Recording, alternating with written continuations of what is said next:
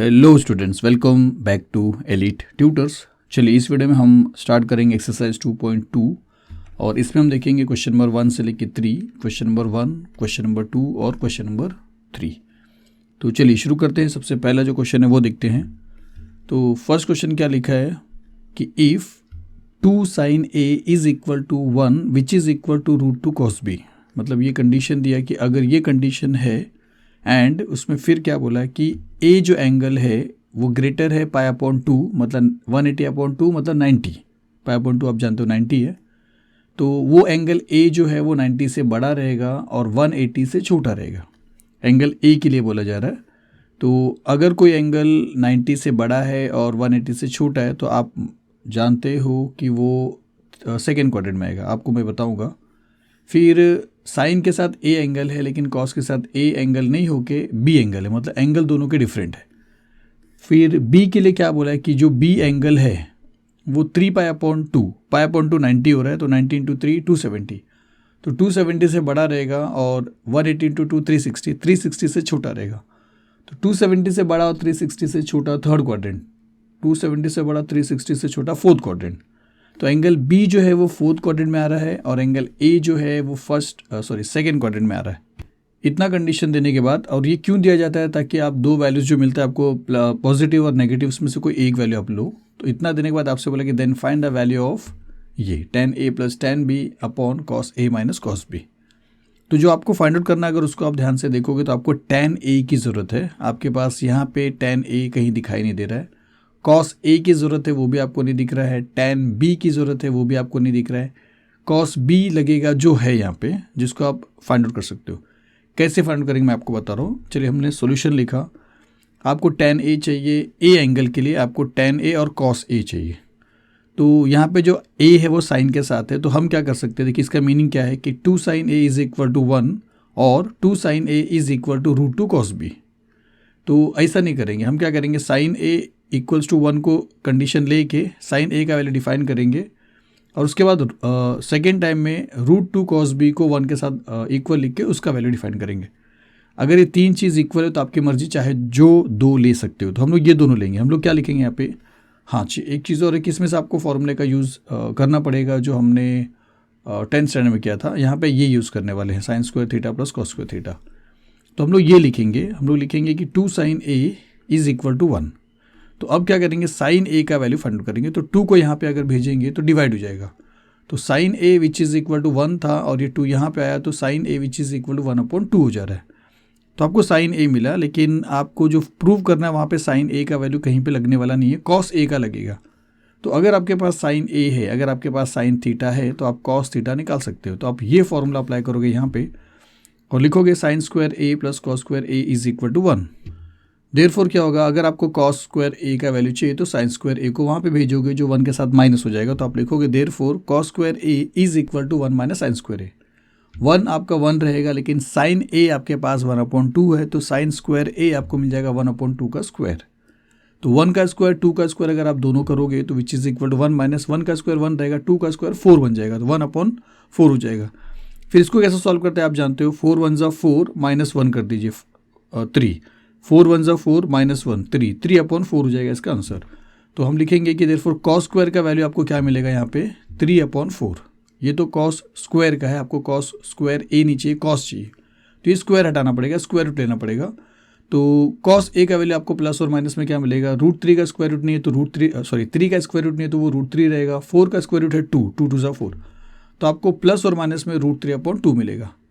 तो अब यहाँ पे क्या करना है, आपको किसी एक वैल्यू को लेके चलना है, चाहे प्लस √3/2 चाहे माइनस √3/2।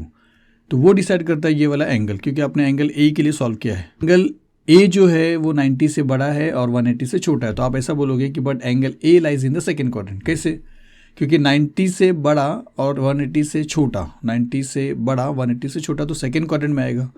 तो सेकेंड क्वाड्रेंट में आपने देखा कि सिर्फ साइन थीटा और कोसेक थीटा यही लोग पॉजिटिव रहते, बाकी सारे के सारे नेगेटिव रहते।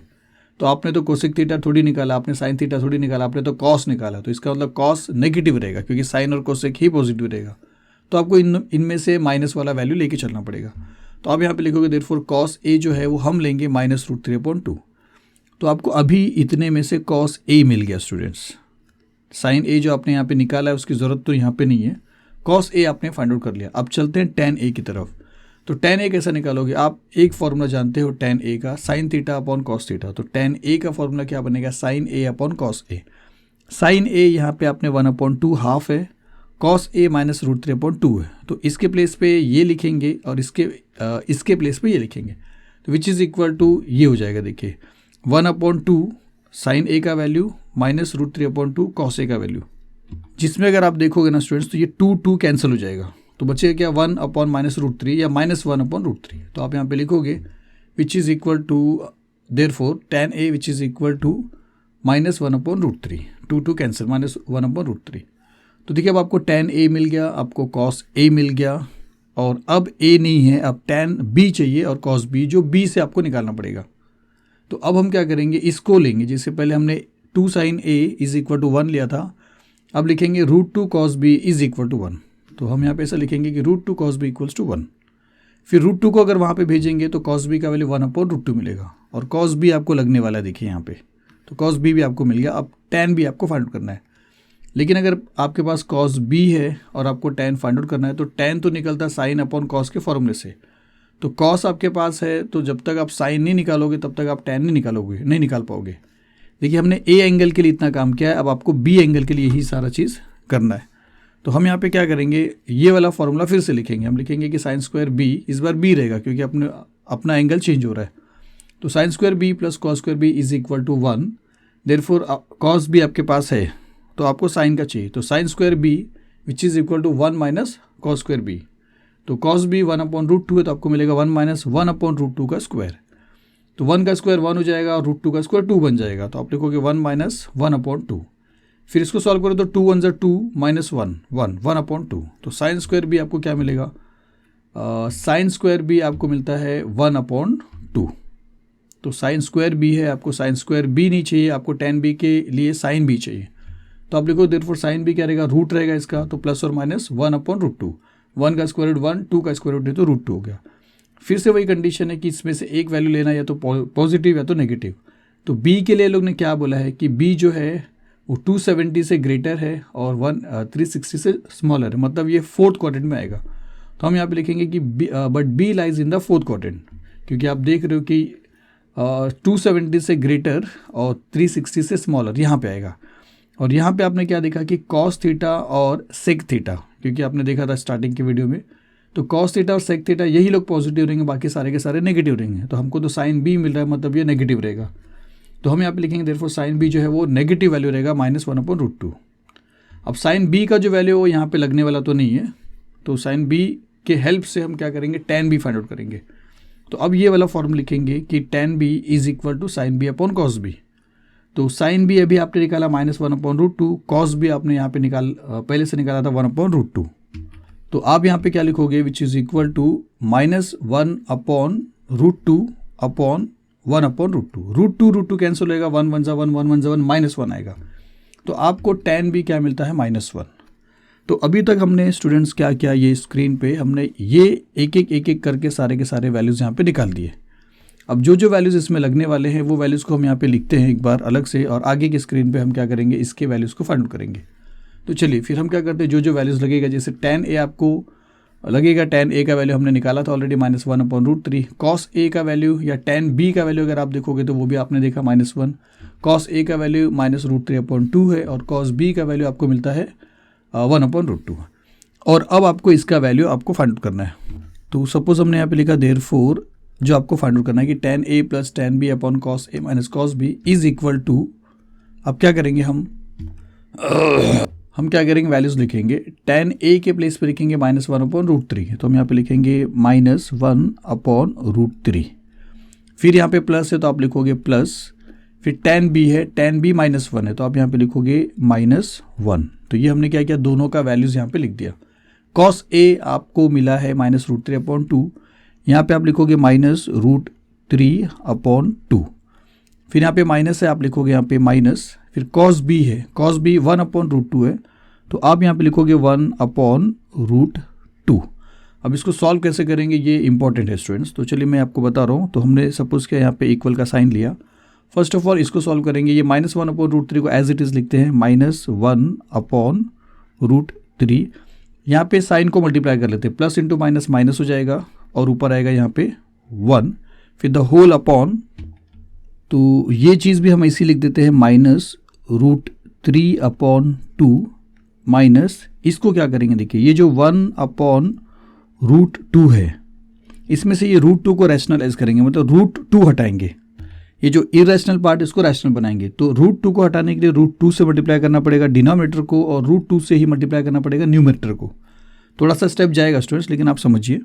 तो विच इज़ इक्वल टू, या फिर से लिखिए सेम -1/√3 और फिर ये -1, फिर अपॉन ये भी पहला वाला सेम लिखिए -√3/2, फिर माइनस 1 इंटू √2 आपको मिल जाएगा √2 अपॉन √2 इंटू √2 आपको मिल जाता है 2। तो यहाँ से रैशनलाइजेशन हट गया, यहाँ पे 2 आ गया।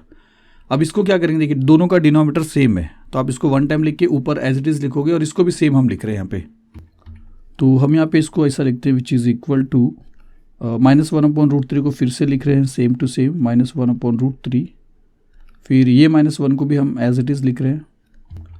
और यहाँ पे क्या लिखेंगे देखिए, इसका डिनोमिनेटर अगर सेम है तो ये 1 टाइम आ जाएगा 2 और ऊपर सेम टू सेम रहेगा -√3 और -√2। तो आपको ये पता है कि अगर डिनोमिनेटर सेम है तो उसका 1 टाइम लिखोगे।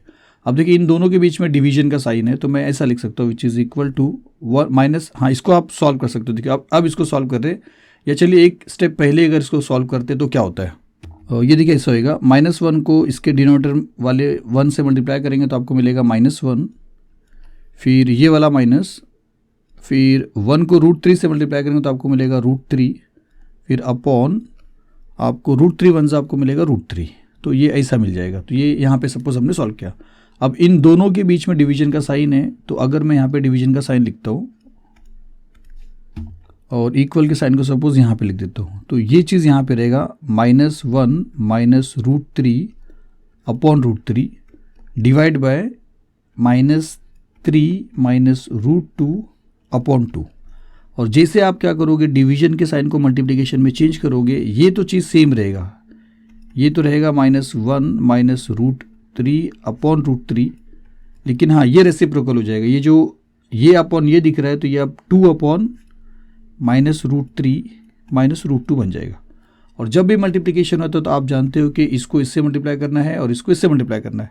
तो हमारा जो आंसर रहेगा 2 मल्टीप्लाई बाय -1 -√3 फिर अपॉन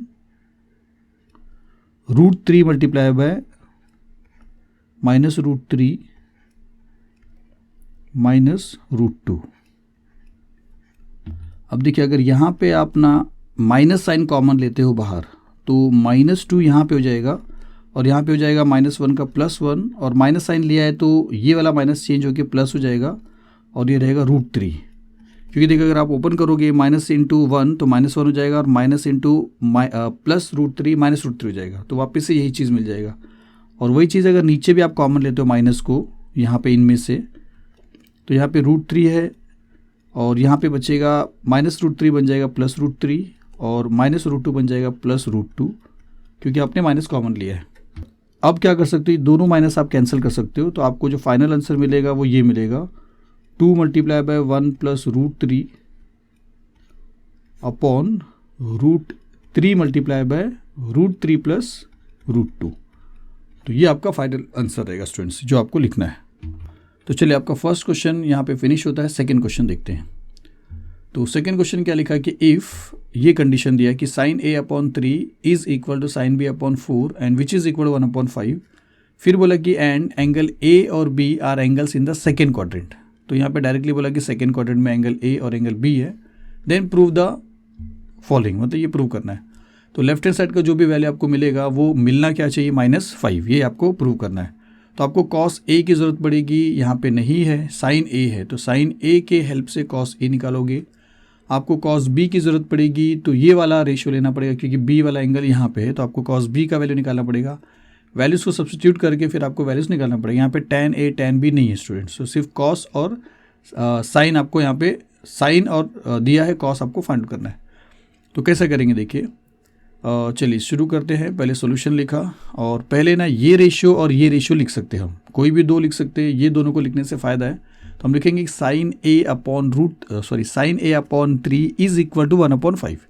इसको और इसको लिया, अब इसके हेल्प से क्या करेंगे, कॉस ए का वैल्यू निकालेंगे। तो ये 3 को अगर वहाँ पे भेजते तो ऐसा हो जाएगा sine A which is equal to 3, वहाँ पे क्या तो 3 1 जा 3 3/5। तो देखिए साइन ए आपको मिल गया है ना, मतलब ये ऐसे फॉर्म में था, अब आपको क्लियर फॉर्म में मिल गया। तो साइन ए एक बार मिला तो कॉस ए मिलने को ज़रा भी लेट नहीं लगेगा। आप ये वाला फॉर्मूला लिख सकते हो, sine square A plus cos square A is equal to 1। Cos square को यहाँ पे रखिए, साइन स्क्वायर को वहाँ पे भेजिए तो मिलेगा cos square which is equal to 1 minus sine square.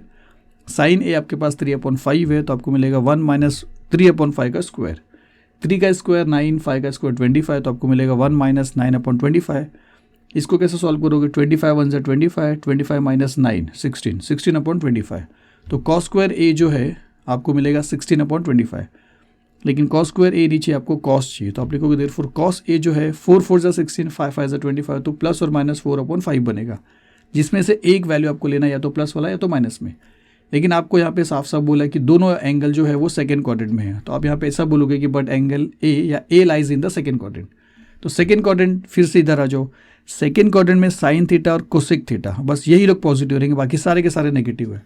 तो कॉस ए इसका मतलब नेगेटिव रहेगा क्योंकि ये कोसेक नहीं है ना, साइन और कोसेक ही पॉजिटिव है, तो कॉस ए नेगेटिव रहेगा। तो हम यहाँ पे लिखेंगे therefore cos A which is equal to minus 4/5।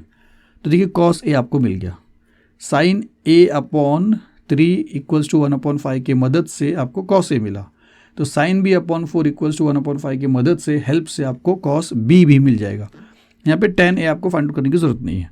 तो चलिए अब क्या करते हैं, ये दोनों वैल्यू को लेते हैं। तो हम ऐसा लिखेंगे कि sine B upon 4 is equal to 1/5।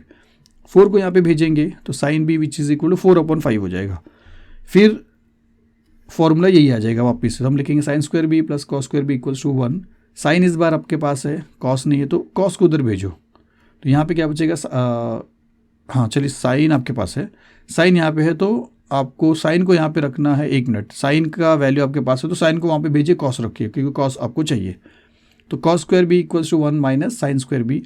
Sign B 4/5 है तो आपको मिलेगा 1 माइनस 4/5 का स्क्वायर। 4 का स्क्वायर 16 हो रहा है, 5 का स्क्वायर 25 हो रहा है, तो आपको मिलेगा 1 माइनस 16/25। सॉल्व कैसे करेंगे, 25 1 जा 25, 25 माइनस 16 9 हो जाएगा, तो आपको मिलेगा कॉस स्क्वायर बी 9/25। तो कॉस स्क्वायर बी है लेकिन आपको कॉस बी चाहिए तो स्क्वायर रूट करना पड़ेगा, तो 9 का 3 हो जाएगा, 3 3 जा 9, 25 का 5 होगा, 5 5 जा 25। तो कॉस बी जो है आपको प्लस और माइनस में 3/5 मिलेगा। फिर से वही कंडीशन है कि आपको आइदर प्लस या माइनस आपको लेना है। तो फिर से आपको वही है कि एंगल बी के बारे में जो हम यहाँ पे सॉल्व करें तो वो एंगल भी सेकंड क्वाड्रेंट में, तो हम यहाँ पे लिखेंगे कि but B lies in the second quadrant. फिर सेकंड क्वाड्रेंट की बात करेंगे तो सेकंड क्वाड्रेंट में साइन थीटा और कोसेक थीटा ही पॉजिटिव रहेंगे, बाकी सारे के सारे नेगेटिव। तो कॉस थीटा है तो इसका मतलब ये नेगेटिव रहेगा, तो हम यहाँ पे लिखेंगे देयरफॉर 1 मिनट, यहाँ पे लिखेंगे 1 मिनट, देयरफॉर कॉस बी जो है वो आ जाएगा आपको नेगेटिव -3/5, प्लस वाला हटा के माइनस वाला लेंगे। तो आपको समझा, तो आपके पास कॉस बी है यहाँ पे, आपके पास कॉस ए है यहाँ पे, मतलब ये 2 का वैल्यू आपको लगेगा। अब आपके पास जब ये दोनों चीज़ है तो आपको क्या करना है, प्रूव करने को बोला है, मतलब ये पूरा वैल्यू जो है वो -5 है, ये आपको बताना है। तो लेफ्ट हैंड साइड का वैल्यू और राइट हैंड साइड का वैल्यू आपको इक्वल बताना है। तो हम यहाँ पे लिखेंगे now left hand side is ये आपका लेफ्ट हैंड साइड है 4 cos a plus 3 cos b। अब क्या करेंगे, cos a के प्लेस पे लिखेंगे -4/5, cos b के प्लेस पे लिखेंगे -3/5 और सिंप्लीफाई करेंगे और आपको मिलना चाहिए -5। तो चलिए हम यहाँ पे लिखेंगे which is equal to 4 multiply by, ये 4 है, ये 4 सेम रहेगा, cos a पे लिखेंगे -4/5, जिसको आप ऐसा भी लिख सकते हो ब्रैकेट में -4/5। फिर प्लस आप लिखोगे और 3 मल्टीप्लाई बाय cos b क्या लिखोगे -3/5, तो जिसको ब्रैकेट में लिख सकते हो -3/5। अब यहाँ पे ऐसा कुछ कैंसिलेशन पॉसिबल नहीं हो रहा है, ऐसा तो हो ही नहीं रहा है, यहाँ पे भी नहीं हो रहा है। तो अब हम क्या करेंगे, 4 4 जा 16, तो आप लिखेंगे -16/5 प्लस इंटू माइनस हो जाएगा और 3 3 जा 9, तो 9/5 होएगा। इसका डिनोमिनेटर फिर से सेम आ रहा है तो इसको 1 टाइम लिख सकते हैं और ऊपर -16 -9 को एक साथ लिख सकते हैं, तो इसको 1 टाइम लिखा और -16 और -9, माइनस माइनस प्लस होएगा, 16 और 9 आपको -25 मिल जाएगा क्योंकि ग्रेटर नंबर का ये रहेगा। तो -25 ऊपर मिल रहा है और 5 नीचे मिल रहा है, 5 1 जा 5, 5 5 जा 25 हो रहा है, तो ये नेगेटिव और ये 5 विच इज़ इक्वल टू -5, और वही चीज़ आपको यहाँ पे दिखाई दे रहा है, तो which is equal to right hand side, और आपका काम हो गया। बस इतना करना था आपके सेकेंड क्वेश्चन में। चलिए लास्ट वाला क्वेश्चन देखते हैं, क्वेश्चन नंबर 3। क्वेश्चन नंबर 3 में आपको क्या लिखा है कि tan थीटा इज़ 1/2। अगर tan थीटा 1/2 है तो ये पूरे का वैल्यूज़ क्या मिलेगा आपको, इसका पूरा वैल्यू आपको फाइंड आउट करना है। तो चलिए कैसे सॉल्व करेंगे मैं बता रहा हूँ।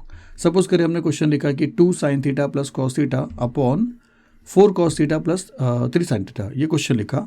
यहाँ पे देखिए थीटा ही है, ए बी ऐसा कुछ नहीं है। तो अब आपको क्या करना है, इसको सॉल्व करना है सिर्फ, ठीक है। अब यहाँ पे और भी मेथड्स है। इजी मेथड अगर आपको मैं बताना चाहूँ, देखिए इजी मेथड, और इजी मेथड जब ख़त्म हो जाएगा तो आपको जो बाकी दूसरे जो मेथड है उससे कैसे करेंगे वो आपको बताऊँगा। आप अगर ट्राई करना चाहोगे तो कर सकते हो स्टूडेंट्स, आपका दिमाग ही बढ़ेगा, अच्छा रहेगा। तो इजी मेथड ये है कि देखिए हमने एक, जैसा आपको एग्जांपल बोले कि एक a प्लस बी है और उसको हमने डिवाइड किया है c प्लस डी से, मतलब एक इसके जैसा है, जिससे ये a है प्लस है और ये b है और ये c है और प्लस और ये d है। तो ये अगर 4 रेशियो आपके पास है और आप अगर इसको 2 से डिवाइड करना चाहो, आपकी मर्ज़ी, सपोज करिए कि आपकी मर्ज़ी है कि मुझे 2 से डिवाइड करना है, तो कैसा होगा डिवाइड आपको पता है। आपको a को भी 2 से डिवाइड करना पड़ेगा, b को भी 2 से डिवाइड करना पड़ेगा, अपॉन करके c को भी 2 से डिवाइड करना पड़ेगा और d को भी डिवाइड करना पड़ेगा। बीच में जो प्लस है वो लिखना पड़ेगा। जैसे ये देखो यहाँ पे कि a को भी 2 से डिवाइड किया, फिर ये प्लस लिखा, b को भी 2 से डिवाइड किया, फिर अपॉन करोगे, c को भी 2 से डिवाइड करोगे और d को भी 2 से डिवाइड करोगे। ऐसा डिवीजन होगा, याद रखिए। अगर आपको 2 से डिवाइड करना तो इसको चारों को आपको 2 से डिवाइड करना है। ये चीज़ मैं क्यों बता रहा हूँ, क्योंकि देखिए या तो क्या करिए, आपको साइन थीटा लगेगा तो टेन थीटा के हेल्प से आप साइन थीटा फाइंड आउट करिए, आप कॉस थीटा फाइंड आउट करिए। तो आपको बस 2 ही चीज़ आपको फाइंड आउट, देखिए साइन थीटा दोनों जगह पे सेम ही रहेगा, थीटा चेंज नहीं है। कॉस थीटा दोनों जगह पे सेम रहेगा, थीटा चेंज नहीं है, तो आप वैसा भी निकाल सकते हो। दूसरा ये है कि यहाँ पे साइन थीटा और आपको टेन थीटा का वैल्यू दिया है। अगर यहाँ पे साइन थीटा है पहले से, अगर मैं इसको कॉस थीटा से मल्टीप्लाई कर दूँ, डिवाइड कर दूँ, तो इस साइन थीटा को अगर मैं कॉस थीटा से डिवाइड करूँ तो मुझे यहाँ पे टेन थीटा लिखना पड़ेगा, क्योंकि आप जानते हो टेन थीटा का formula sine theta upon cos theta है। लेकिन सिर्फ इसी साइन थीटा को कॉस थीटा से मल्टीप्लाई कैसे कर सकता हूँ मैं, एक ही को मैं कॉस थीटा से मल्टीप्लाई नहीं करूँगा, एक को 2 से डिवाइड करोगे, बाकी को अलग अलग से करोगे, ये रूल नहीं है। अगर इसको 2 से डिवाइड किया तो इसको भी 2 से डिवाइड करना पड़ेगा, इसको भी 2 से और इसको भी 2 से। तो अगर इसको मैंने साइन थीटा से डिवाइड किया है तो मुझे ये जो 3 कॉस थीटा दिख रहा है इसको भी कॉस थीटा से ही डिवाइड करना पड़ेगा, क्योंकि एक को कॉस थीटा से डिवाइड किया तो दूसरे वाले को भी करना पड़ेगा। फिर अगर नीचे अगर आप आओगे तो ये जो 4 कॉस थीटा लिखा है इसको भी कॉस थीटा से मल्टीप्लाई करना पड़ेगा। फिर प्लस यहाँ पे जो 3 साइन थीटा दिख रहा है इसको भी कॉस थीटा से मल्टीप्लाई करना पड़ेगा। अब इससे मेरे को कोई फ़ायदा हो रहा है क्या और नुकसान हो रहा है, तो देखिए फ़ायदा कैसे हो रहा है आपको समझेगा। फिलहाल आपने ये समझा कि हमने सबको कॉस थीटा से डिवाइड किया, तो आपको इस तरीके से डिवीजन करना पड़ेगा। चलिए यही चीज़ हम करते हैं, उसके बाद मैं आपको बताता हूँ कि आपको फ़ायदा हो रहा है क्या नहीं होता है। तो चलिए 1 मिनट, हमने यहाँ पे लिखा विच इज़ इक्वल टू, पहले ये लिख लेते हैं 2 sine theta plus cos theta और अपॉन, और ये भी लिख देते 4 cos theta plus 3 sign theta, और सबको कॉस थीटा से डिवाइड करते थे। यहाँ पे लिखेंगे divide by cos theta, divide by cos theta, divide by cos theta, divide by cos theta. सिर्फ फर्क कितना, ये जो प्लस यहाँ पे ऊपर दिख रहा है आप यहाँ पे लिख देना बीच में, यहाँ पे भी यहाँ पे लिख देना, और यहाँ पे एक रीज़न लिख देना, क्या, डिवाइडिंग बाय कॉस थीटा, जो मैं यहाँ पे लिखा नहीं स्टूडेंट्स, अब शायद से स्पेस भी मैंने छोड़ा नहीं था, आगे आपको पता चल जाएगा। तो आपको एक चीज़ लिखना, डिवाइडिंग बाय कॉस थीटा। अब यहाँ पे क्या फ़ायदा हो रहा है आपको कि यहाँ पे sine theta upon cos theta क्या बनेगा, टेन थीटा बनेगा। तो आप यहाँ पे लिखोगे which is equal to 2 into tan theta, 2 into tan theta. फिर ये प्लस लिखने के बाद ये जो कॉस थीटा दिख रही है दोनों भी सेम है, तो अगर ये दोनों सेम है तो ये दोनों कैंसिल हो जाएगा, तो ये 1 आ जाएगा, तो 3 1 क्या बन जाएगा आपको +3। तो यहाँ पे देख रही है दोनों भी गायब हो गया। फिर यहाँ पे भी दोनों गायब हो जा रहा है, कॉस थीटा, यहाँ पे 4 ही आ जाएगा, तो यहाँ पे लिखोगे सिर्फ 4, और प्लस यहाँ पे साइन अपॉन कॉस आया तो 10 लिखोगे, जैसे यहाँ पे आपने लिखा है तो आप लिखोगे +3 टेन थीटा, थोड़ा नज़दीक में लिखोगे। तो आपने देखा यहाँ पे टेन थीटा बना, यहाँ पे लिखा, यहाँ पे टेन थीटा बना, यहाँ पे लिखा, यहाँ पे कॉस कैंसिल हो गया तो 3 बचा, यहाँ पे कॉस कैंसिल हो गया तो 4 बचा। अब इसको कैसे सॉल्व करेंगे, अब देखिए टेन थीटा जो बचा है उसी का वैल्यू आपको हाफ दिया है, तो दोनों जगह पे आपको क्या लिखना पड़ेगा, 1/2। तो यहाँ पे देखिए जगह नहीं था, इसके लिए आपको यहाँ पे लिखना ये चीज़, डिवाइडिंग बाय कॉस थीटा। तो अब हम यहाँ पे ऐसा लिखेंगे which is equal to 2 multiply by tan theta है तो 2 मल्टीप्लाई बाय हाफ आ जाएगा, तो हम लिखेंगे 2 मल्टीप्लाई बाय हाफ, फिर +3 सेम रहेगा +3, फिर नीचे 4 रहेगा सेम, और प्लस 3 टेन थीटा है तो प्लस लिखेंगे, और 3 इंटू टेन थीटा की जगह पे क्या लिखेंगे, हाफ, तो यहाँ पे आ जाएगा हाफ। अब यहाँ पे 2 और 2 कैंसिल हो रहा है, तो 1+3 बच रहा है, पर यहाँ पे इसको और इसको कैंसिल नहीं कर सकते क्योंकि यहाँ पे प्लस है। अब इन दोनों को कैंसिल कर सकते थे लेकिन ये हो नहीं रहा है। तो यहाँ पे क्या होगा कि ऊपर तो आपको यहाँ पे 1 मिलेगा क्योंकि 2 1 2 2 1 2 1 1 1, तो यहाँ पे पूरा का पूरा मिला के 1 बचेगा, 1+3 हो रहा है। तो ऊपर आपको मिलता है 1+3, ऊपर आपको मिलता है 1+3। लेकिन नीचे क्या हो रहा है देखिए, नीचे ऐसा होगा 3 1 3, तो 4+3/2 होगा। इन दोनों को सॉल्व करेंगे आप, तो 3 1 3, तो 3/2, तो 4+3/2, तो आपको नीचे मिलेगा 4+3/2। अब इसको फिर से आप कैसे सॉल्व करोगे? चलिए इसको अगर हम सोचेंगे तो 4 आ जाएगा। इसको कैसा करोगे? 2 4 8, 8+3 9 10 11, 11/2, जो आपको पीछे भी मैंने बताया था। तो यहाँ पे ऊपर तो 4 रहेगा लेकिन नीचे आपको मिल जाएगा 11/2। अब 4 को अगर आप 11/2 से डिवाइड कर रहे हो, इसका यही मतलब है कि 4 को आप 2/11 से मल्टीप्लाई कर रहे हो, क्योंकि डिवीजन जैसे डिवीजन को मल्टीप्लिकेशन में चेंज करोगे रेसिप्रोकल होगा। फिर 4 2 सा क्या होगा 8, और फाइनली आपको मिलेगा 8/11। तो आप लिख सकते हो विच इज़ इक्वल टू 8/11। तो चलिए बस इतना ही स्टूडेंट्स इस वीडियो में। कमेंट्स ज़रूर करिए, कमेंट्स में रीड ज़रूर करता हूँ, भले आपका कमेंट्स का जवाब नहीं दे रहा हूँ, दे भी रहा हूँ स्टूडेंट्स। कमेंट ज़रूर करिए, आपको क्या बोलना है आप बोलते रहिए, मैं ज़रूर उसको ध्यान में रखता हूँ। फिर थोड़ा लेट होता है लेकिन वो चीज़ मैं करूँगा ज़रूर स्टूडेंट्स। तो चलिए मिलते हैं फिर अगली वीडियो में। Thank you very much.